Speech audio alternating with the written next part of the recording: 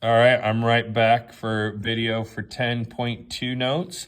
This one we just have 2 write-ups. It's pretty straightforward. Really, it's kind of nice. There's just a couple write-ups to practice and talk through. Right, so on this one they're trying to show, let's see if I can find it.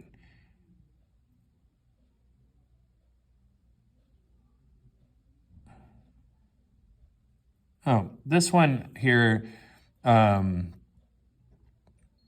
okay. So on this one right here, they're wanting to know if there's a difference. And it does tell us to do a confidence interval. If it just said a difference, you could probably make an argument to do a hypothesis test on this one. But this one, it does specifically say 99% confidence interval. So again, on this one, I did Chips Ahoy and Great Value. When I made this originally, I would probably change this to 1 and 2, just for easy and playing the calculator. But we also want to leave some on the notes where it's not always just 1 and 2 every time. And give the confidence level, and don't put interval after here. And CA is the true mean number of chocolate chips in a Chips Ahoy cookie. And then for Great Value, 2 sample T interval for the difference of the population means. 2 independent random samples, we like that one. This one, somebody brought up, they said, should we say bag the cookies? To be honest with you, because they get bags and then they took 1 from each bag. It's actually a multi-step. I think it probably doesn't matter, but probably bags would be better from. But that's fine. And then on this one, the large counts isn't met, so we have to make the graphs.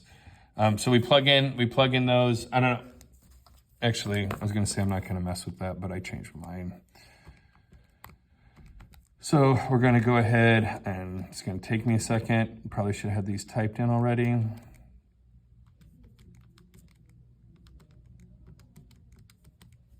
Also, I'm going to say down here at the bottom, my empty one is L11. That means I got 10 above it, and I'm plugging in 10 numbers, so that's a good thing to double check to make sure that you didn't miss a number or put in 1 too many numbers. Neither one of those is going to be any good to us, and this one needs to have the same number. Okay, and then I'm going to go stat, and this, actually, I'm sorry, I was doing the graphs first. So I'm going to go second y equals, and this one is already ready to go. So you turn the stat plot on, pick the box plot that shows the dots, and then I go second stat plot, go down to number 2. This one is, I'm going to go turn it on, pick the box plot with the dots, but then I also need to make L1 into L2. Otherwise, it's going to just make the same graph for me.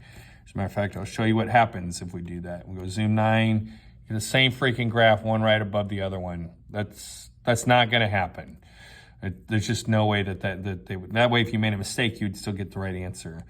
But when I go to stat plot 2, if I change that to L2 and then hit zoom 9, I can see that. Also, they always put not always, many of the calculators put the x-axis through that graph. You may not write it like that, okay?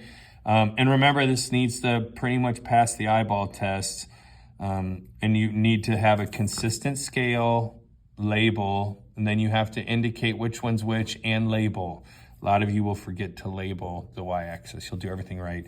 But remember, this has to be, you can't just drop these numbers down and fill them all in. And you really shouldn't be drawing numbers with your box plot. So make the scale first, and then make sure that the box plot fits the scale. All right, and then now for the actual test. So I'm gonna go stat test. And this one is intervals are on the bottom. Oops, passed it. 2 sample T interval. And this is the data side. And we wanted a 99% confidence level. And the pooled, we're just going to leave that no for right now. We'll talk about that later, or we won't. And then there's my interval. And there's my degrees of freedom. So we got to make sure we put the degrees of freedom on this one. They tell it to us. We just got to make sure that we know we write it down. All right, and then we just kind of wrap it up. We're 99% confident the true mean difference in the number of chocolate chips is captured in the interval from blank to blank. And then because 0 is in the interval, it's plausible that there is no difference. So we're looking for a difference. We don't have evidence that there's a difference. Also, some people like to say it could be a negative on this one since we did Chips Ahoy minus Great Value.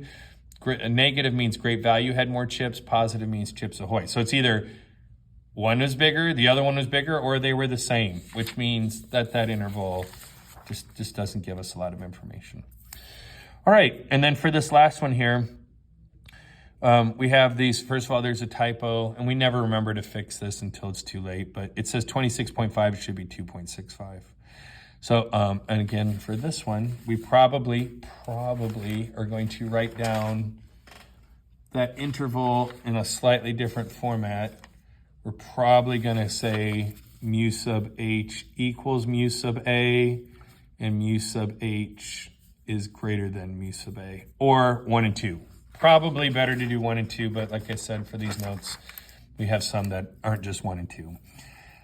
So on this one, the null is that they're equal. The alternate is that the helium fills, the deflate rate is bigger for the helium. So this is, they give us the numbers. The numbers are how much it deflated by, which is kind of weird. But that's what's going on there. And again, I'd like to say true population mean decrease in the circumference of the helium-filled balloons after 3 days. Don't forget the 3 days. That's absolutely positively going to be not correct if you don't put 3 days. Because this is what happened after 3 days. We don't know that that continues. Random selection for the groups. And actually, I'm going to change that right now. And I'm going to change that random selection for treatments. And that's using a vocab term. And that's going to make people happy. The 10% rule, you don't even need to write this. But if you want to write that, you can just acknowledge that since it's an experiment, we don't need the 10% rule. And our two sample sizes are both at least equal to 3. And then on our calculator, stat test, 2 sample t-test. And this is the stats one because we had the stats. So x bar 1 for the helium was 2.65. And then I'm just going to type it in. I don't think we need a play-by-play.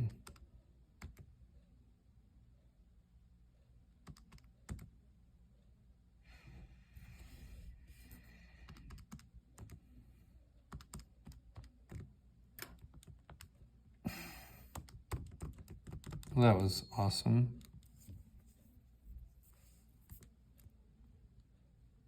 And thankfully, most of it was still in there for me.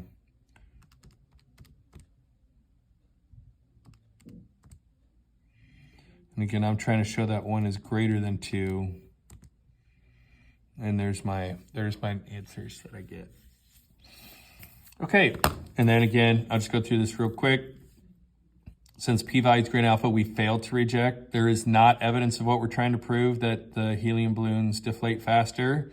And then the p-value is, remember this is the p-value, if in fact there is no difference between the deflate rate of the different types of balloons, the probability that we got our results or our difference or one that's even further or as far further from the one we obtained is 0.889. So, and also if you want to say, oh, we got our difference or one that's more extreme, I encourage that. I actually like that better now.